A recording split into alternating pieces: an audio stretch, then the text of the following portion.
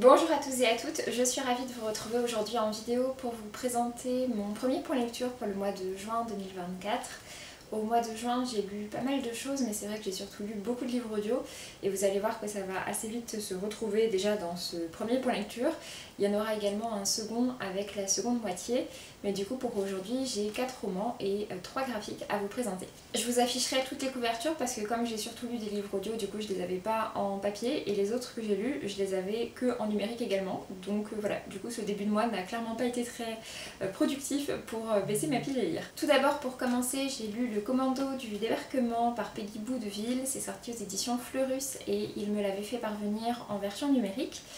Peggy Boudeville, c'est donc son 4e roman qui est publié aux éditions Fleurus et elle écrit à chaque fois des romans plutôt à destination jeunesse ou adolescent. On est un petit peu sur la limite entre les deux, un petit peu ce qui s'appelle le middle grade, donc à peu près à partir de 12 ans, quelque chose comme ça. Et ce sont à chaque fois des romans avec une portée historique, donc il y en avait déjà eu un pendant la Seconde Guerre mondiale, un pendant la Première Guerre mondiale, un plutôt dans l'entre-deux-guerres, et donc pour cette fois-ci on revient à la Seconde Guerre mondiale avec le commando du débarquement, puisqu'on va commencer par suivre 3 jeunes hommes qui vont tous les 3 se retrouver en Écosse. Ce sont 3 jeunes hommes qui ont vraiment des parcours très différents les uns des autres, ils viennent absolument pas du même milieu ni quoi que ce soit, et ils vont en fait tous les 3 répondre à l'appel du général de Gaulle lorsqu'il va appeler la France à entrer en résistance, et donc eux 3 vont se retrouver à partir en Angleterre et puis donc ensuite en Écosse plus spécifiquement pour un camp d'entraînement afin de se préparer à faire partie des commandos qui vont débarquer en Normandie.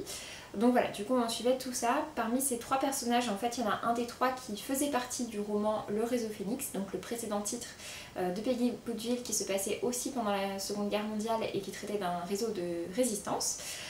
Et on a en plus de ça un 4e personnage qui elle est une fille, qui est un personnage féminin qui va également avoir son importance. Elle est franco-écossaise et elle va aussi voilà, entrer à sa manière, d'une autre manière du coup, mais aussi entrer dans la résistance. Donc voilà, c'était un roman que j'ai trouvé assez intéressant à suivre. C'était vraiment intéressant de plonger au sein de ce commando qui se prépare au débarquement. C'est pas forcément ce qu'on voit le plus, je trouve, dans la Seconde Guerre mondiale, dans les romans, dans les fictions autour de la Seconde Guerre mondiale en tout cas. Par contre, j'ai trouvé qu'à vouloir relier plein de choses avec son roman Le Réseau Phénix, c'est vrai que du coup ça perdait un petit peu en crédibilité sur certaines choses. Ça faisait des liens qui étaient peut-être un petit peu trop abracadabrants parfois à certains moments, avec voilà, des personnages qui reviennent, etc. C'est le petit bémol que j'ai trouvé, c'est que c'était un petit peu dommage d'avoir cherché à autant tout relier, parce qu'en soi c'était déjà un roman qui était plutôt intéressant et plutôt réussi. Ensuite on va passer aux 3 livres audio que j'ai écoutés au début du mois de juin. Tout d'abord j'ai écouté La Femme gelée par Annie Ernaux, c'est un titre qui est assez court. J'ai déjà lu pas mal de titres de Annie Ernaux maintenant, j'ai commencé à les lire suite à l'obtention de son prix Nobel et je crois que j'en avais déjà écouté 4 peut-être, quelque chose comme ça, 4 ou 5 peut-être. La plupart je les avais écoutés en livre audio, je crois que je les ai tous écoutés en livre audio en fait. Et donc celui-ci également, La Femme gelée, c'est un livre audio que j'ai trouvé vraiment bien lu, dans lequel on suit l'histoire d'une femme qu'on va suivre au départ enfant, puis adolescente, devenir femme et devenir mère ensuite. Celui-ci, je ne sais pas exactement dire si c'est vraiment tiré de l'histoire d'Annie Ernaux, si c'est vraiment son histoire à elle qu'elle raconte, ou si on est plus sur de la fiction, ou si on est sur un espèce d'entre-deux. Le sentiment que moi ça m'a donné, c'est qu'on était plutôt sur de l'entre-deux. Dans certains récits, Annie Ernaux parle vraiment complètement à la première personne et on voit très bien que c'est son histoire à elle qu'elle raconte. On voit qu'elle s'appelle Annie, etc. Enfin, que les autres personnages l'appellent Annie et tout. Et voilà, on sait que c'est son histoire à elle. Pour celui-ci, j'ai trouvé que c'était peut-être un petit peu moins évident. Alors peut-être qu'en fait, si ça l'était et que c'était vraiment son histoire, auquel cas, voilà, j'ai juste pas tout saisi. Donc on est sur une jeune fille qui va découvrir enfant qu'elle s'intéresse petit à petit aux histoires d'amour, etc. et d'une manière forcément plus concrète au moment de l'adolescence. Elle a très envie de vivre une grande histoire, elle est vraiment très travaillée par ça et elle pense beaucoup à ça, ça l'obsède pas mal. Finalement elle va devenir du coup adolescente, commencer justement à avoir des premiers flirts, des premiers liens avec des garçons, et puis ensuite quand elle va devenir étudiante et s'émanciper de sa famille, elle va rencontrer un jeune homme avec lequel elle va vivre une belle histoire et ils vont finalement décider de se marier. Sauf qu'à partir du moment où ils se marient, tout va changer dans leur relation et leur relation qui était assez ouverte d'esprit puisqu'ils étaient tous les deux étudiants, que lui admirait aussi le fait qu'elle fasse des études de littérature, etc. Finalement il va se mettre un peu à la mépriser et puis à dire que son travail est moins important que le sien, et elle va devenir très rapidement femme au foyer et finalement elle va s'éteindre, se geler, se figer dans ce rôle-là qui ne lui convient pas, d'où le titre La femme gelée. Donc voilà, c'est finalement voilà, on bascule vraiment dans l'ennui quotidien, des tâches ménagères, de la charge mentale, l'éducation des enfants, etc. C'est vrai que le personnage est pas très attachant dans ce récit-là et que du coup ça ne nous entraîne pas forcément plus que ça au cœur du quotidien. J'ai eu un petit peu de mal avec elle quand elle était vraiment jeune, quand elle était adolescente, etc. Ça s'améliore un peu plus et le propos devient, je trouve, aussi un petit peu plus intéressant, effectivement, quand on voit vraiment cette transition, ce basculement entre sa vie d'étudiante et sa vie de femme mariée. Et par contre, c'est un récit qui a une fin qui est assez abrupte, donc c'est vrai que c'est pas forcément ce à quoi je m'attendais. À l'heure où je vous parle, j'ai écouté ce livre audio il y a à peu près un mois, et j'en ai pas forcément un souvenir impérissable, donc voilà, je l'ai pas trouvé mauvais, mais c'est pas un titre qui m'a particulièrement marqué, et parmi ceux que j'ai lus de Annie Ernaux, c'est pas non plus mon préféré. J'ai plus apprécié L'autre fille ou encore L'événement, enfin voilà, certains de ces autres titres que j'ai trouvé un peu plus marquants et un peu plus intéressants. Ensuite, j'ai écouté le premier tome de Runborn par Ariel Holz. C'est un premier tome qui s'appelle Tyr et on est du coup sur un récit qui s'inspire de la mythologie nordique. C'est publié aux éditions Gulfstream, c'est sorti là tout récemment au printemps et c'est sorti du coup en simultané en livre audio. J'ai donc reçu le livre audio en version numérique de la part de l'éditeur, mais pour être très honnête, j'ai pas trouvé qu'il était particulièrement bien lu. Ce que j'ai pas trop compris d'ailleurs parce que c'est lu par Adeline Poulard et c'est également elle qui lit la série du Lys de Feu et j'aime beaucoup sa lecture audio du Lys de Feu et j'ai réécouté à la fin du mois un tome du Lys de Feu et je trouve toujours qu'elle lit très bien le Lys de Feu, mais elle prend vraiment une intonation de voix qui est différente pour la saga Runborn et en l'occurrence du coup ça l'a moins fait, j'ai moins apprécié, j'ai trouvé ça moins juste, j'ai trouvé ça un peu plus caricatural aussi dans les différents personnages et du coup j'ai trouvé ça un peu dommage parce que c'est vrai que c'est une voix audio que j'aime bien. Sinon pour ce qui est vraiment du récit, donc comme je vous disais c'est un récit qui est inspiré de la mythologie nordique. Pour ma part la mythologie nordique je connais ça très mal, vraiment c'est pas du tout quelque chose que je maîtrise, j'ai vraiment quelques très vagues notions avec Asgard etc, mais voilà vraiment on est sur des trucs basiques. Du coup c'est vrai que ce récit là c'est un récit dans lequel les dieux font partie du folklore, mais on a différents peuples qui sont plus ou moins proches des dieux et dans l'un d'entre eux on va avoir des enfants, des personnes en fait qui vont naître marquées par des runes, donc ils sont donc des Runborn et ça leur confère les pouvoirs des dieux dont ils ont les runes, donc qui sont comme des sortes d'héritiers de ces runes, mais c'est pas des héritiers au sens d'une lignée familiale, c'est vraiment quelque chose qui apparaît.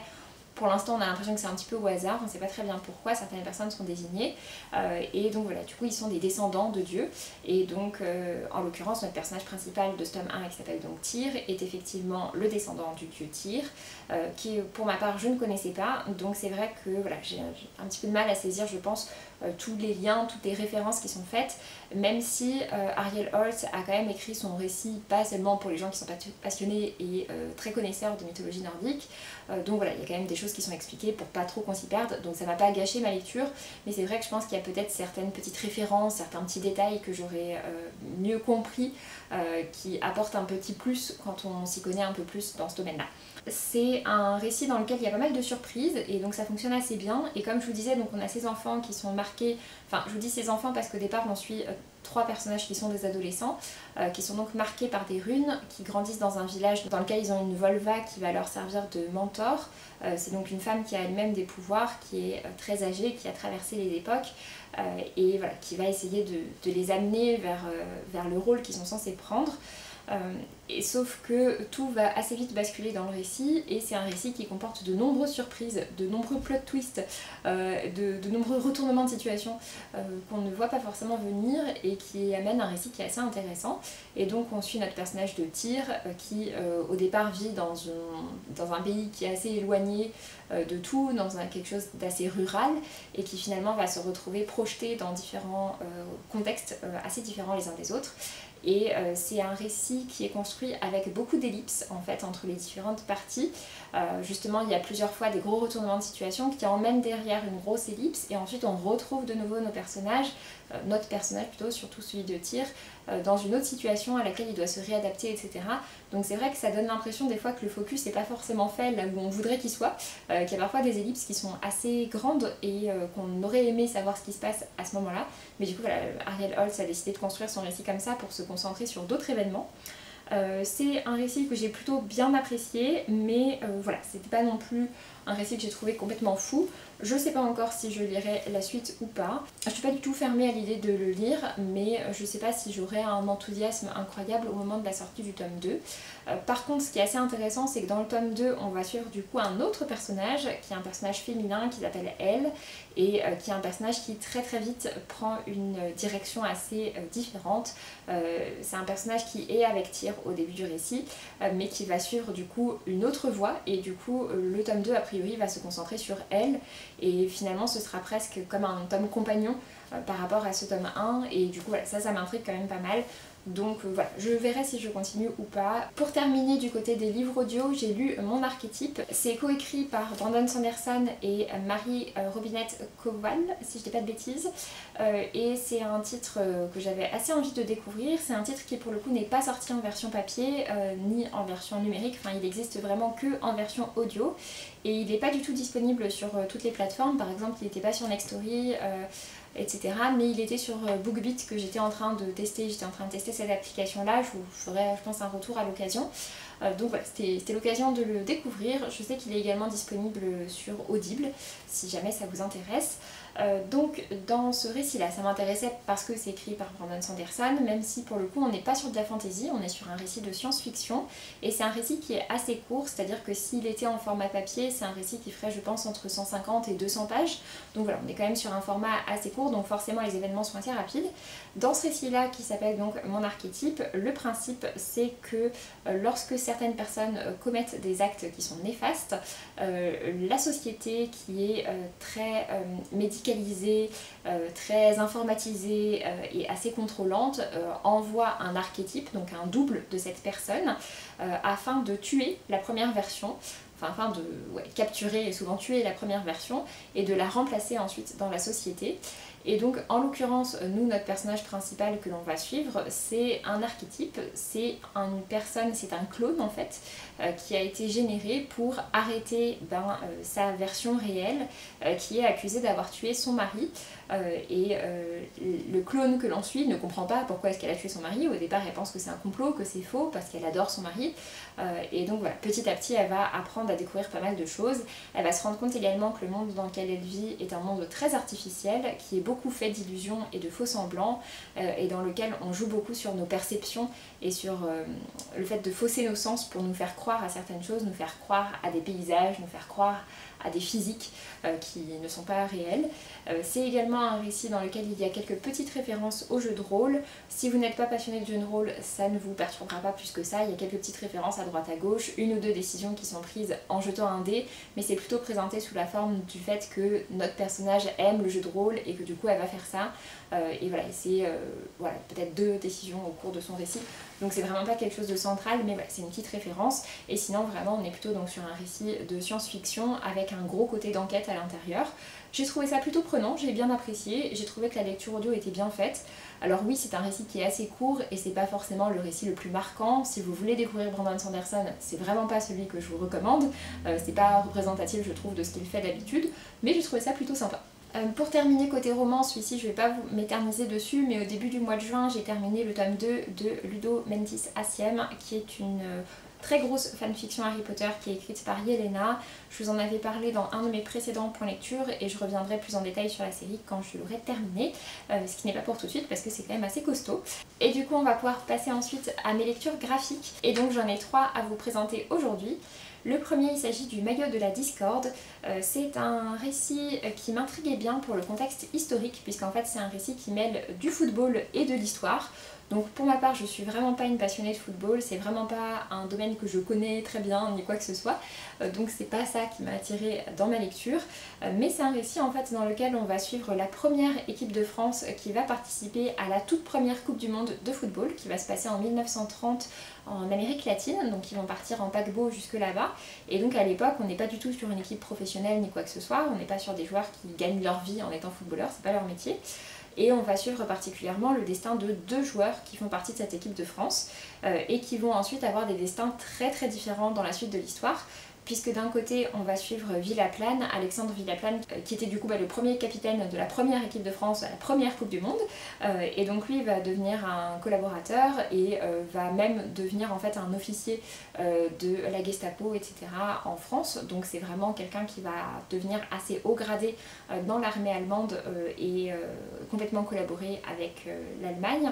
Et de l'autre côté on a Étienne Matler qui lui est un joueur qui va devenir également capitaine de l'équipe de France mais quelques années plus tard et qui lui pour le coup va entrer dans la résistance. Et donc le récit nous présente finalement ces 2 hommes qui vont se retrouver de nouveau à échanger à la fin de la guerre, et puis on va découvrir un peu plus leur parcours, qu'est-ce qui s'est passé pendant toutes ces années-là pour eux deux. Et donc c'était assez intéressant, j'ai trouvé que le lien entre l'histoire et le sport était bien fait, c'est vrai qu'il y a vraiment ce côté géopolitique, ce qui s'appelle donc le soft power, on voit vraiment ça, puisque par exemple Étienne Matler va être amené à participer, je sais plus si c'est à une Coupe du Monde ou à un autre match important sous l'Italie de Mussolini, et aller en Italie pour faire ça, donc voilà, du coup on voit vraiment tout ça, donc c'était vraiment intéressant. Il y a donc 2 auteurs qui ont contribué sur ce récit-là, l'auteur, le scénariste et journaliste sportif, et puis l'autre est dessinateur, et j'ai vraiment trouvé que le style de dessin était très chouette aussi. Donc voilà, ça a été vraiment une chouette découverte. Si ça vous intéresse justement ce lien entre sport et histoire, si vous appréciez le football en plus, n'hésitez pas à découvrir ce récit parce que moi j'ai passé un très bon moment avec, même du coup sans apprécier particulièrement le football. Ensuite, j'ai également lu Majo no Michi, je suis désolée pour la prononciation, donc le tome 1 qui s'appelle donc Le Sentier des Sorcières, qui est donc la traduction en français de Majo no Michi, donc qui veut dire donc le Sentier des Sorcières en japonais. C'est un manhwa, si vous connaissez pas le terme de manhwa, en fait c'est un manga français. On n'est pas complètement sur un manga pour être honnête sur ce récit-là, mais c'est quand même l'inspiration, il y a une très forte inspiration de la culture japonaise et c'est sorti dans un format un petit peu intermédiaire, c'est un peu plus grand qu'un manga mais c'est pas non plus un format bande dessinée. Et on est sur un album à peu près de 200 pages dans lequel on va donc suivre des sorcières modernes qui vivent à Strasbourg et qui ont pour rôle de protéger le territoire autour de Strasbourg. Elles sont donc 2 en colocation ensemble, 2 jeunes, plutôt étudiantes. Et voilà, et donc elles font tout ça, elles font leur garde, etc., leur tour de ronde pour vérifier ce qui se passe sur ce territoire. C'est donc un récit dans lequel l'écologie est très importante et nos sorcières se déplacent uniquement à vélo. Elles vivent sinon dans la société normale, bien évidemment elles ne peuvent pas dévoiler qu'elles ont des pouvoirs magiques et elles ne peuvent pas non plus utiliser leur magie pour leurs fins personnelles ni pour s'enrichir, ce qui conditionne quand même pas mal leurs conditions de vie et ce qui fait que l'une des 2 est devenue du coup en gros livreur Uber Eats. Ça s'appelle pas Uber Eats dans le roman graphique, mais clairement voilà, c'est ce qu'elle fait. Et l'autre pour le coup vit des allocations et du chômage, donc c'est également un récit qui parle vraiment de ce côté chronique social, puisque ça parle du statut très précaire de tous ces livreurs, etc. Et puis d'un côté ça nous parle également du système d'aide sociale en France. Donc c'est quand même un récit qui globalement est assez engagé avec en plus le côté écologique par-dessus. Donc voilà, j'ai trouvé que le récit était assez entraînant, c'était plutôt bien. C'est un tome 1 qui est déjà quand même assez long, assez complet et qui est plutôt intriguant pour la suite. Après voilà, ça n'a pas non plus été un coup de cœur, on est sur un récit qui est essentiellement en noir et blanc.